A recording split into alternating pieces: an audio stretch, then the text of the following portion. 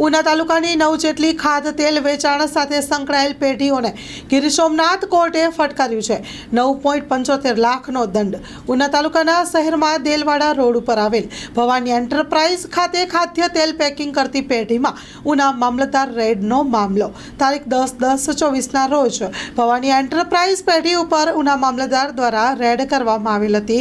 આ પેઢી દ્વારા ગેરરીતિને ધ્યાને લઈને મુદ્દામાલ સીઝ કરવામાં આવ્યો હતો।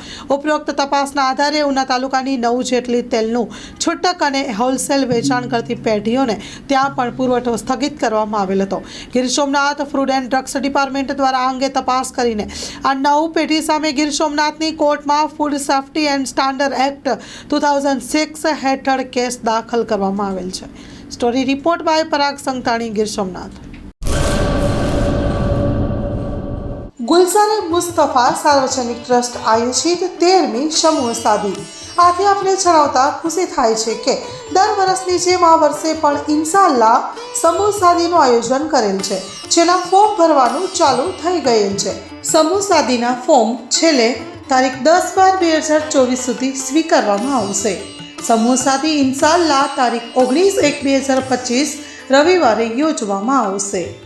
ફોર્મ મેળવવા સંપર્ક કરો Haji Mohammad Rafiq Jusab Baloch, Bharat laundry, Jat tea house સામે, મોટા પીર રોડ, સંજોગનગર, ભુજ, કચ્છ।